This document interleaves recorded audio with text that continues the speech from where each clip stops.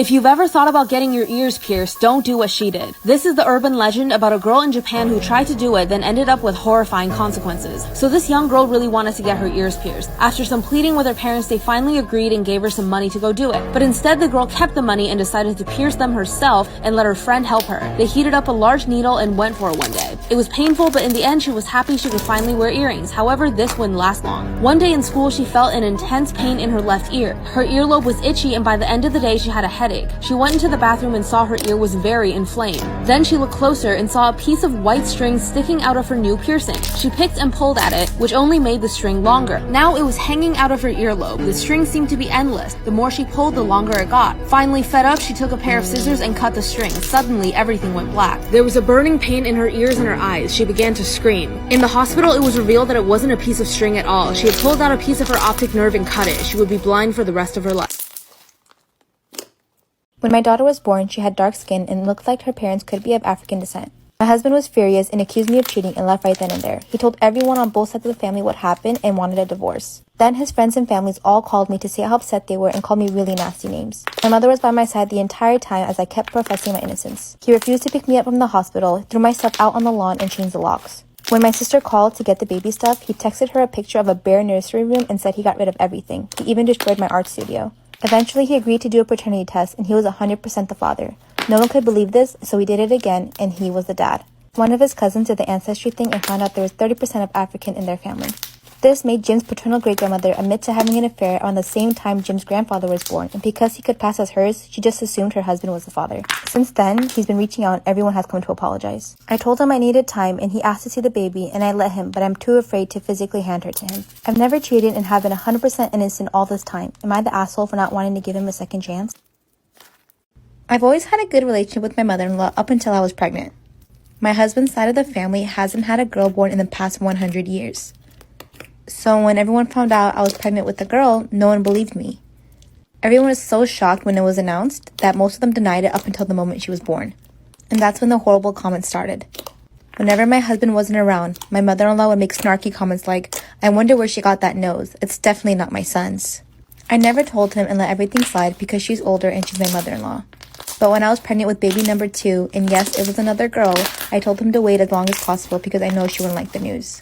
When she found out it was a girl, she started sobbing and screaming. She was calling me a whore and demanded that I get out of her house. "Those girls are not ours. She's a whore, a slut. My son did not make those girls."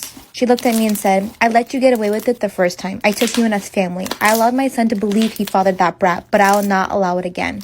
My husband was yelling at his mom, and I got up and took my daughter and I ran to the car sobbing.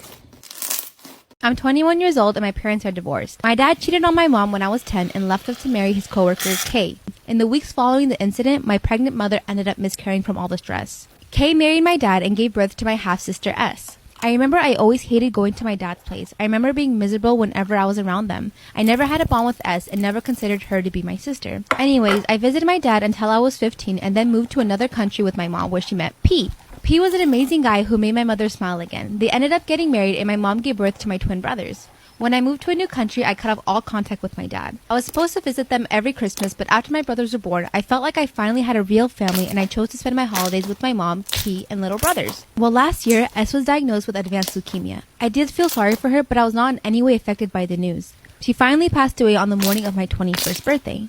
Call me heartless, but for me, it was like some neighborhood kid getting sick. I felt guilty about my feelings because I'm very protective towards my brothers, and the mere thought of any harm coming to them makes me anxious. Now for my 21st, I had a big... My husband and I have a 3-year-old son together, and there has never been any doubt that my husband is the father. Last week, he came to me and said for the last few months he had been plagued with this anxiety that our son is not his. They don't look identical, but they definitely share similar features, and I see my husband whenever I look at my son. I was obviously blindsided by this and asked him to explain why he thought that he wasn't the father. And he couldn't really provide an answer other than a gut feeling. He asked me for a paternity test, and I said hell no. He said he could just do it without my permission, and I told him if he did that, I would never forgive him. My husband does not have a history of anxiety, but he did lose his job back at the start of the pandemic. I thought he was just stressed out, and I told him if he went to therapy and maybe started taking some anti-anxiety meds, that I would consider getting the paternity test. He got upset and said that once he got the results of the test back, he wouldn't be anxious anymore. He again threatened to just get the test without my permission, and I told him that this would end our relationship. My friends and family are divided over this. Some think I should just take the test, and others are saying he's being insane and that if I cave to this, there's just going to be something else. I think there's something more serious going on here, and I need some neutral perspective. So what would you guys do? Do you know the story behind your zodiac sign? In this series, I'm going to draw each zodiac sign and tell you their backstory. First, we have the story of Gemini, which focuses on immortality and the strong bond between siblings. So we all know that the sign of Gemini is made up of two twins, but these two twins actually have a name and a pretty interesting backstory. Their names were Castor and Pollux, who both had the same mortal mother named Leda, but they had different fathers, making one of them immortal and the other one not. Castor's father was the king of Sparta, and Pollux's father was Zeus, making Pollux immortal. Castor and Pollux had a really strong bond together, but Castor was unfortunately injured and passed away in battle. Pollux was inconsolable after Castor's passing and didn't want to ever be without his brother, so he decided to go to Zeus for help. Zeus decided that rather than taking away Pollux's immortality, he would just make Castor immortal too, and allow them both to be transformed into the constellation of Gemini so they can live together forever. This story, out of all of the other zodiac sign stories, does have kind of a happy ending. Which zodiac sign should I talk about next? Follow to see the rest. Here's something fun. When you're in a long-term relationship, you'll often find yourself doing this thing with your partner where you'll say, when we have kids, I hope they have this trait of yours. And today my husband was like, I hope our kids will be as resilient and determined as you. When I was 11 years old, I got in a fight with my mum when she was picking me up from school, and I was being so rude that she wanted to teach me a lesson and scare me a little bit, so she said, you can find your own way home. Left me outside of my classroom, got in her car and drove off. Now realistically, she was just doing the block and was going to come back and pick me up, hoping that I would be apologetic. But I wasn't. I was very stubborn and was like, I can find my own way home, and I decided to run home. I in fact sprinted from the school grounds and ran into a close family friend who offered to give me a lift, which I accepted, and I got home by my own means. Now my mum did do the block and not only came back to me not being where she left me, but to one of my friends saying, yeah, I saw her get in the car with some weird guy. Imagining my mum's soul leaving her body that day is enough for me to not ever want kids, let alone kids like me.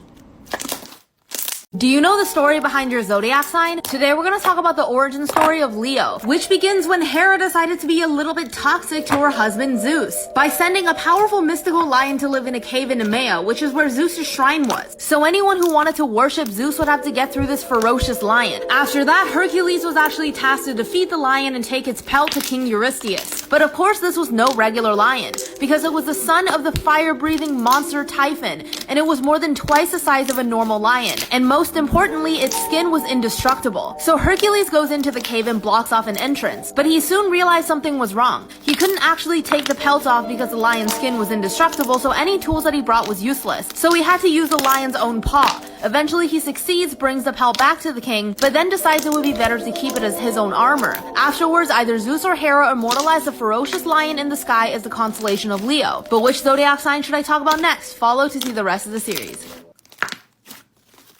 I am the eldest of three sisters, 23, 19, and 17. My youngest sister's boyfriend has made these really weird eyes at me before and has said flirty things, which I've always ignored and told her about. She would just go, LOL, that's just how he is. He doesn't mean anything by it. That's trifling as hell because you are my baby sister's boyfriend and it's gross AF for so many other reasons. Last night, my middle sister came to my apartment just to hang out. One minute we were watching Netflix and drinking wine, and the next minute she's breaking down crying, confessing that over her winter break, she slept with our younger sister's boyfriend. I was so shocked, the ability of speech failed me in that moment. I just sat there flabbergasted as she gave me the entire 4-week account of this fling that she had with him. She had just gotten out of a longish-term relationship herself and was heartbroken. According to her, he was around and down for whatever. When she was done, I asked her why she was telling me this, and she said that she hoped I'd be able to tell her what to do. I told her this is going to crush our sister because she has always talked about being the ugly little sister and being stuck in our shadows, which couldn't be farther from the truth. She really placed a lot of her self-worth and value in this relationship and she will be devastated. I think she deserves to know, so I told her. Has anybody else been in a really toxic relationship and never noticed it until after the fact? Because same. I thought I would give you some examples and see if anybody else could relate. So I was dating this boy. We'll call him Eugene. Eugene ended up going on a cruise with his friends. And at this point in our relationship, I never suspected that he was cheating on me. So this is really where the toxic started. He goes on his cruise, called me every single day, and then I went to his house the day he came back. He was changing his shirt and I noticed that he had a hickey on his neck. I was like, what is that? Because he was gone for over a week. Eugene says to me, yeah, I was sitting in the jacuzzi and my boy pointed it out to me. It was like, yo, what is that? And I was like, yo, I don't know. What the heck? Mia's gonna think this is a hickey. And I was like, okay. So we're watching a movie and he falls asleep. So I took that opportunity to look through his phone. And this was the first time that I ever thought to go through his phone. And I see that he has a streak with a girl. So I investigate, find her Instagram, and I DM her and I'm like, hey girl, I'm coming to you as a woman. How do you know Eugene? Has anybody ever been in a toxic relationship and never realized it until after the fact? Because same.